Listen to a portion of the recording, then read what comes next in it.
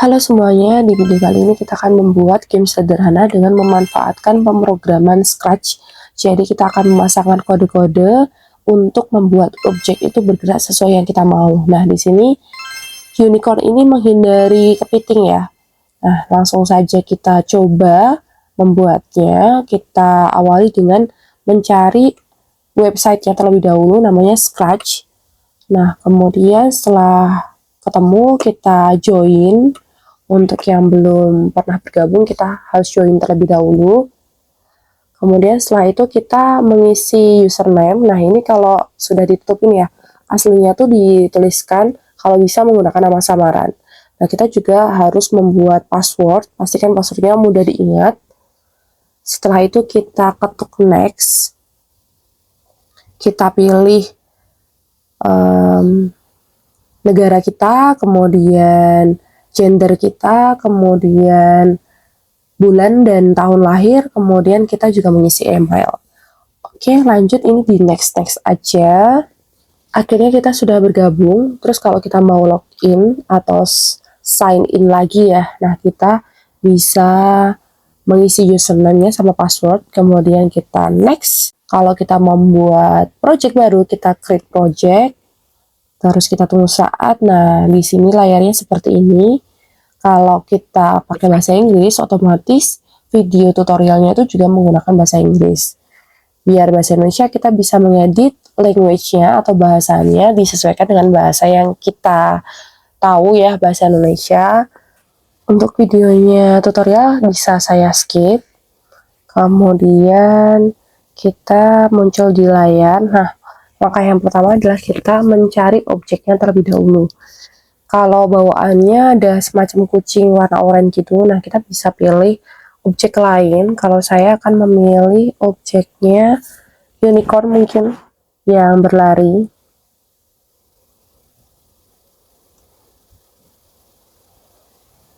Kemudian saya sesuaikan ukurannya. Setelah itu kita bisa memilih untuk backgroundnya. Kita sesuaikan.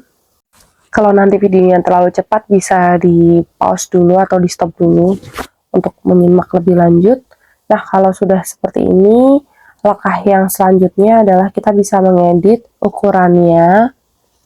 Kalau ukurannya juga sudah sesuai, kita langsung untuk memasangkan kode-kode yang kita mau.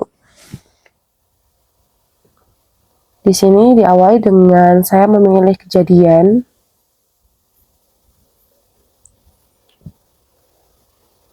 Kemudian di kejadian saya memilih ketika start diklik. Terus saya memilih untuk pergi ke, ini disesuaikan ya. Untuk X-nya itu sesuai titik koordinat. Disesuaikan saja. Kemudian lanjut saya di kejadian milih selamanya, karena ini nanti akan dia berjalan terus. Kemudian saya akan menambahkan kostum berikutnya, jadi apa yang akan dia lakukan nantinya. Terus saya menambahkan di kontrol itu tunggu 1 detik. Nah, ini unicornnya atau kudanya itu sudah berjalan. Oke, untuk menambahkan biar mulainya gitu ya. Nah, ini saya mencari di kejadian, terus saya pilih yang siarkan, terus saya pilih pesan baru. Pesan barunya adalah mulai. Nah, ini kita cek lagi kecepatan dari kudanya atau unicornnya bisa kita sesuaikan dengan mengganti yang ditunggu. Itu kita sesuaikan yang kita mau. Misalkan 0,5 atau 0,1 dan seterusnya, disesuaikan saja sesuai yang diinginkan. Oke, ini saya memilih 0,05. Kemudian setelah itu kejadian, terus kita pilih ketika tombol spasi. Jadi nanti ketika di pencet spasi akan ada sesuatu. Nah, kemudian saya akan memilih suaranya terlebih dahulu. Lanjut kita akan memilih pergerakannya. Jadi kita akan mencet ke gerakan. Di kode gerakan kita memilih yang meluncur 1 detik. Ya, ini kemudian kita sesuaikan juga kecepatannya, kemudian sesuaikan juga arahnya ketika dia melompat seperti apa, beranjak dari mana ke mana. Terus kita juga menempelkan lagi satu lagi ketika spasi dipencet ulang.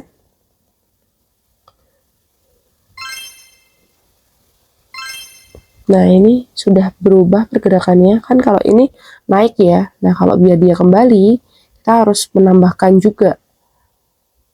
Sama meluncur, tapi bukan ini ya. Kita memilih yang meluncur 1 detik ke. Nah, ini disesuaikan ya. Jadi ketika spasi dia naik, terus dia akan kembali lagi ke posisi semula. Terus disesuaikan untuk titik koordinatnya. Ini sudah jadi untuk unicorn berlarinya. Nah, untuk lebih seru, kita tambahkan obstacle atau sesuatu yang akan menabrak unicornnya. Jadi harus dihindari unicornnya, harus menghindari itu. Saya memilih, sebentar. Ini ada banyak banget pilihannya, bisa selain hewan sebenarnya, tapi saya mau milih hewan aja. Saya milih crab atau kepiting, terus kita bisa sesuaikan juga ukurannya biar tidak terlalu besar. Nah, ini sudah cukup. Lanjut kita akan membuat kodenya. Kita masuk sama ketika start, terus ke selamanya. Terus kita masukkan juga pergerakannya dengan pergi ke, ini disesuaikan karena si crabnya ini akan berjalan ke kiri. Kemudian kita juga menambahkan meluncur, terus disesuaikan juga untuk waktunya, terus pergerakannya disesuaikan. Nah, ini akhirnya bisa ke kiri ya crabnya. Nanti disesuaikan sesuai yang dimau, dipercepat atau diperlambat. Nah, ini kayaknya sudah cukup juga. Jadi tidak terlalu cepat, tidak terlalu lambat.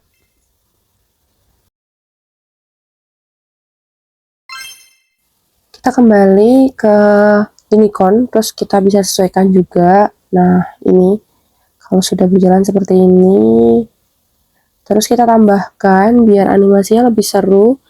Ketika aku menerima mulai, nanti pencet lagi untuk selamanya. Jika jadi nanti kalau ketemu crab tuh akan mati gitu loh, atau game over. Terus kita masukkan menyentuh crab, diganti. Setelah itu kita masukkan siarkan, nanti diganti pesan baru. Tuliskan game over. Oke, kemudian ditambahkan juga untuk berhenti semuanya. Nah, jadi kalau karena crabnya itu akan berhenti seperti ini. Nah, jadi kita harus pencet spasinya untuk menghindari. Biar ada tulisannya game over, kita bisa menambahkan ketika aku menerima game over, terus ditambahkan suaranya, ditambahkan katakan sesuatu. Nah, ini bisa diedit game over. Coba lagi. Setelah itu, nah kalau misalkan kena crab, kita akan ada tulisannya game over. Coba lagi, kita coba play. Oke, spasi lagi, spasi. Nah, terakhir ini ditambahkan sedikit lagi, kita tambahkan nilai. Jadi ketika start, atur variabelnya, kita tambahkan variabelnya, dituliskan nilai. Oke, kemudian variabelnya diganti nilai. Setelah itu kita tambahkan selamanya, terus tunggu 1 detik biar nantinya nilainya muncul. Kita tambahkan ubah nilai sebesar 1. Nah, ini langsung muncul nih. Oke, kita coba ya, spasi lagi, ini akan melayang. Nah, kalau misalkan gagal, ada tulisannya game VoiceOver. Ini sudah jadi gamenya. Untuk proses ekspornya mungkin terpisah di video berikutnya. Nah, ini bisa kita manfaatkan cara pengkodean sederhana. Ini bisa diajarkan di kelas 5 atau 6 dan semoga bermanfaat.